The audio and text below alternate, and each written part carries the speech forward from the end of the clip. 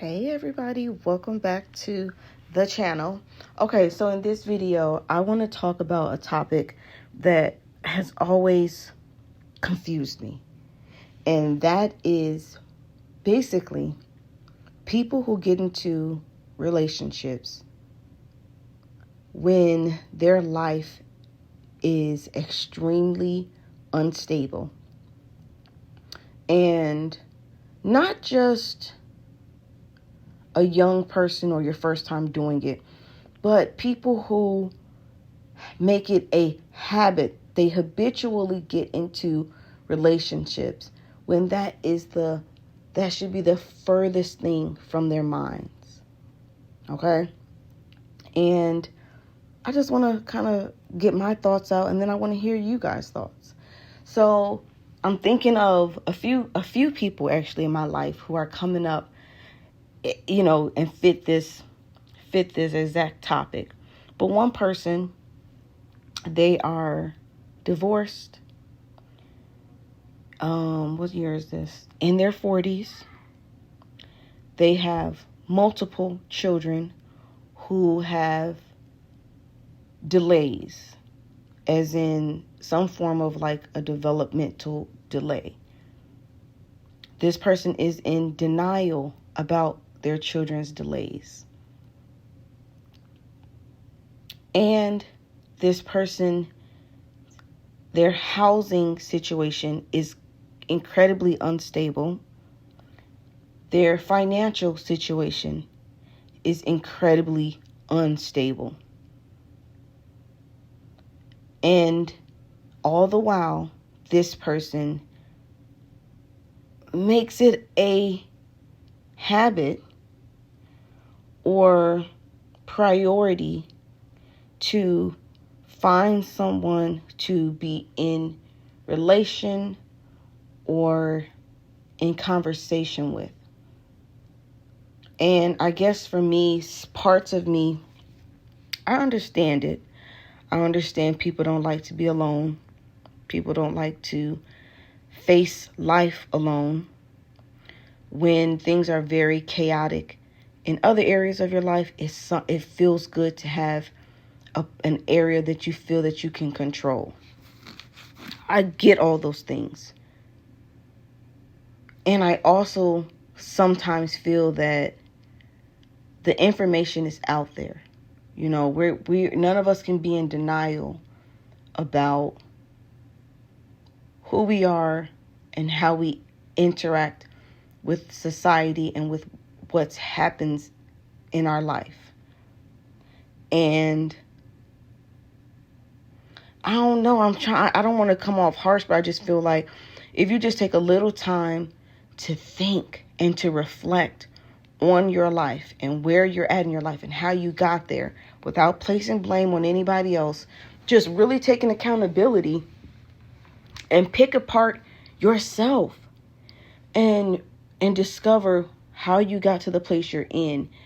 I always feel as though that's a great starting point for healing yourself and not doing things like getting into relationships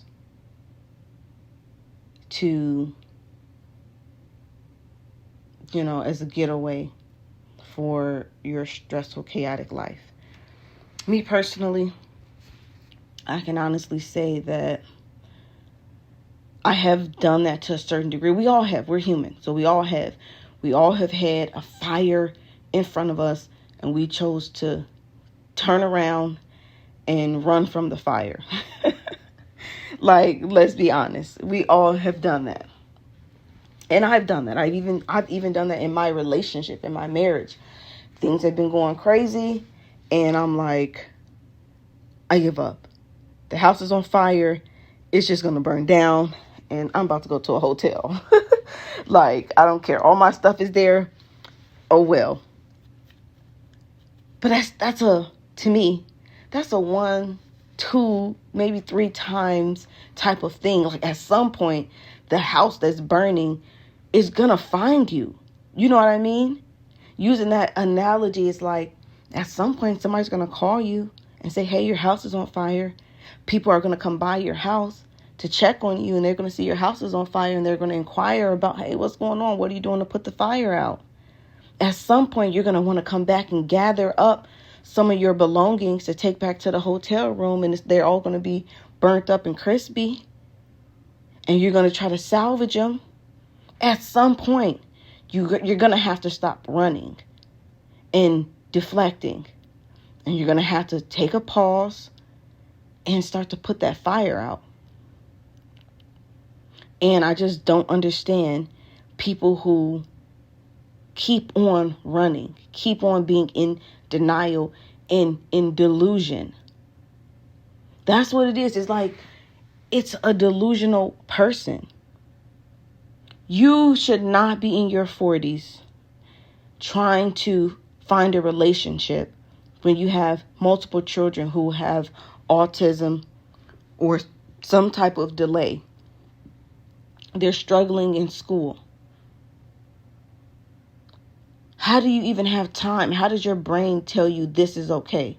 This is an appropriate behavior for me to go on and engage with a guy, even though my life at home is a mess.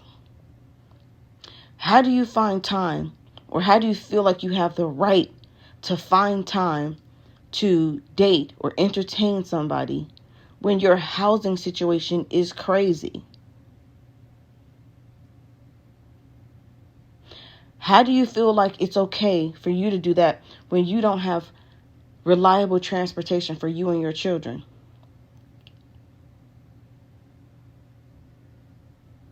Like, that just really, really blows me.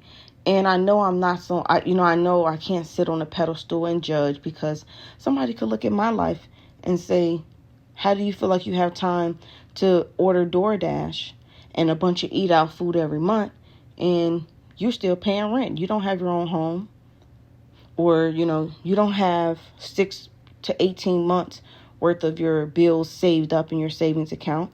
And they would be right. So I'm not trying to come off harsh, but I just always wonder, like, at least I'm not in delusion. Me personally, I tell myself those things. I tell myself, like, hey, you don't really have that money to be eating out. You don't have money to put it on your credit card and then act like you don't have to pay it back. I'm taking steps not to be delusional, but to say, okay, well, if you're going to spend whatever on your credit card and eat out food every single month, you need to pay that back. So when I feel like, I got some extra money left over in my check, it's like, nope, you owe this card $240 because you spent that much eating out. I'm being realistic with myself. I'm not perfect, but I am saying I'm holding myself accountable, and I'm facing reality. And hopefully, they kind of say, if you burn yourself enough times, you'll stop playing with the fire. Hopefully, my goal is I will have paid off eating out food so much that I start to myself, look, it's not even worth it. It's not worth it. Instead of that $240 going to pay back your card for eating out, that could be going towards your down payment for your house. Or that could be going towards the, subscription payments that you want to launch whatever business. Or that could be going to paying down your credit cards so that you don't have to pay as much in your credit card debt back. And it'll help raise your credit score. So at least I feel as though I am trying. And I do also understand that what trying looks like for everyone is different. But we also can't act like some people aren't just living in delusionality and in denial. There are people who literally are squatters, couch surfing, but will get into a relationship. And I can see when you're young, you're dumb, and you can't quite figure life out. But once you get to 40, even 30 to me, 30, 35, I just feel like, why are you doing that? Why are you ruining your life? Because that's all it is. It's self-sabotage. I think that's what gets me the most, is that a lot of the problems that we all individually face, they're problems that are self-inflicted, or they're problems brought on by, childhood trauma or somebody else, but we prolong finding the solution to that problem through self-sabotage, through feeling comfortable in the chaos instead of just eliminating the chaos. That's what gets me. I don't like to be around people who engage in self-sabotage tactics in their lives without putting the right name on it. That's what gets me. And I want to hear from you guys. What do you think? Like, I've given my reasons why I think people do it. The person that I'm thinking of, like I say, they're 40 plus. And their life is just completely crazy. And it's all self-sabotage. And they don't own up to it being self-sabotage. And then they come around like everything's cool when it's not. I can't stand to be around no delusional person because I like to live in reality. Call a spade a spade. I don't sugarcoat.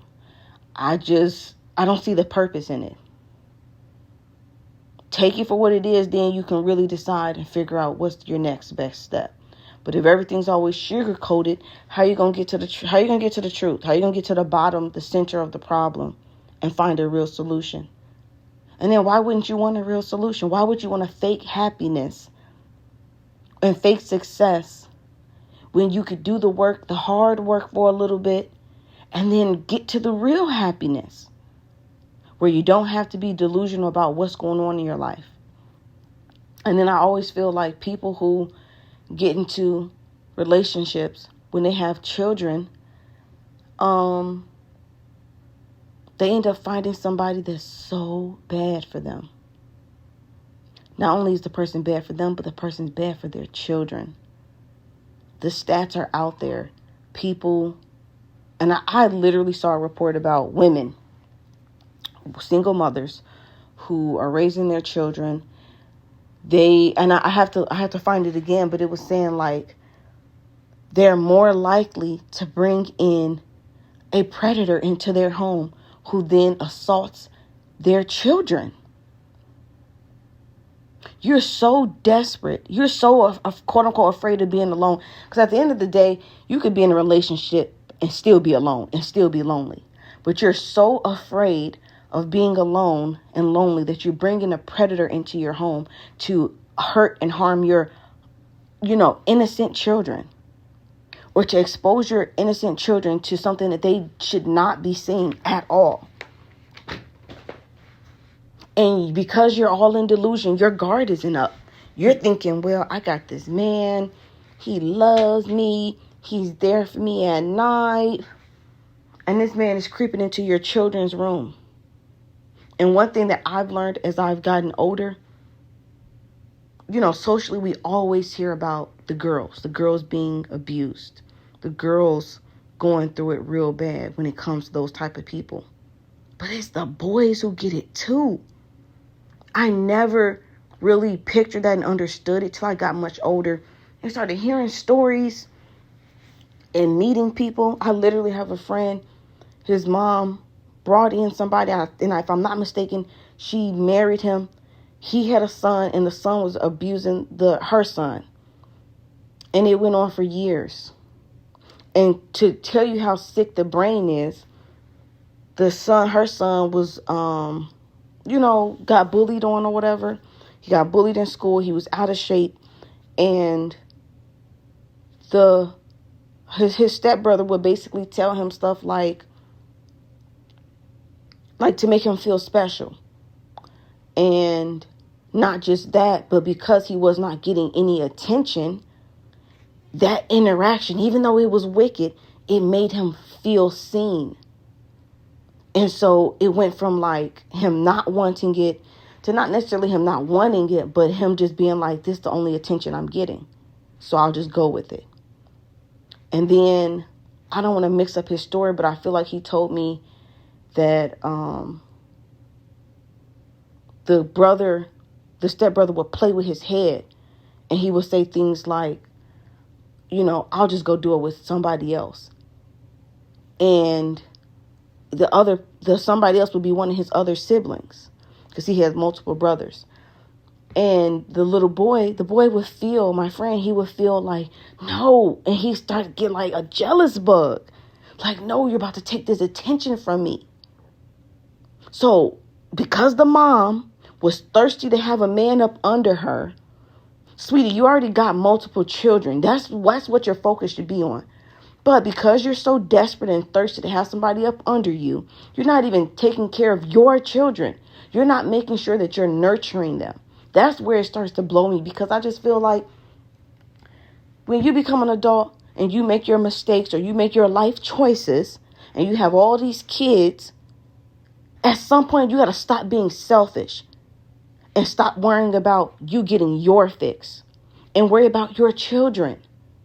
Parents find every reason not to spend time with their kids. They find every reason to neglect their children. And I just feel like that's so weak and pathetic. And I feel, because I'm a mother, because I'm a woman, I feel that women do it a lot. They do it a lot. And they're very selfish and very honestly self-righteous about it. Mama got to have some love and attention too. No, you had that love and attention when you made the baby. Time's up for that. Now it's time for you to be a parent and put your child first. And putting your child first means, instead of you going out on date night, instead of you looking for a man, reading with your child, doing bedtime with your child, cooking with your child, helping and making sure that your child is developing appropriately. Not feeding your child a bunch of foods that's going to make them obese. And then just sending them out into the world and letting the world treat them however. It's being a safe space for your child to come and say, these kids are saying X, Y, and Z to me. And you all coming up with a real solution. Not you being dismissive to them. And for today's mom, for today's parent, it's not buying your child a tablet and putting them in front of the tablet or the TV screen for 10 hours a day, 8 hours a day. As soon as they get out of school, they in their phone. Because you don't want to deal with them. Because you want to be in your phone caking it with some dude.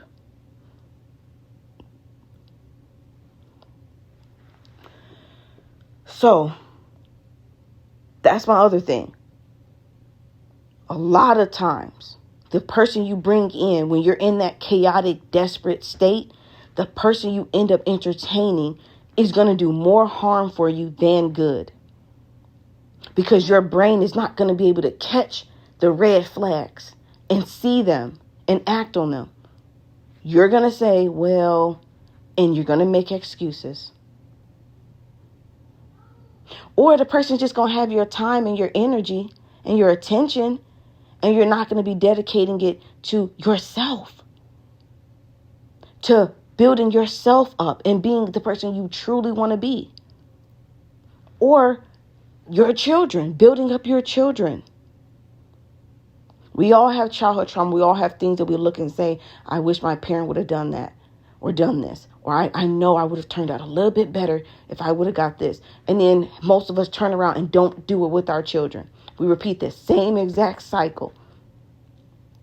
And we use the weak excuse of, well, I never had it, so I didn't know what to do. No, that's not true. You didn't have it. And all you had to do was do the exact opposite. If your parent wasn't a nurturer, just be nurturing. And with today's technology, you can find ways to be nurturing. You can find parent workshops, how to talk to your children, how to engage with them, how to support them. What should their development look like? There's just no excuse. Especially, I feel, the older we get. No excuse for self-sabotage, for getting into relationships that are detrimental to us and to our children. And you don't get that time back. And then you're so delusional about it, you don't accept your responsibility or any accountability for the role you played in it. Which means what? You're going to find somebody else who's the exact same way. You're never going to be on top of the situation. You're going to find someone else who's going to be harmful to you, but probably just in a different way. Who's going to waste your time. Who's going to keep you and have your attention not on your children and your priorities. And the years are going to go by so fast, and then your kids going to be grown, and their lives going to be jacked up. And it's going to really be like 99.99999% your fault. That's it, y'all. That's my thoughts. Stop getting into relationships when your life is chaotic. Figure your life out. Absent of someone else, especially when you have kids. Do yourself a favor and do your kids a favor and figure your life out. All right. Whew. That's my little rant. Hopefully, I didn't make too many people upset. Tell me what you guys think in the comments below. Are you this person? Do you know somebody like this? What's your best advice for them? How do you deal with people like this in your life? Because it's hard to see. It's hard to watch somebody do this to themselves year after year after year after year after year. And you see the train wreck happening. And you can't do nothing to stop it. All right. I will see you guys in the next video. Bye.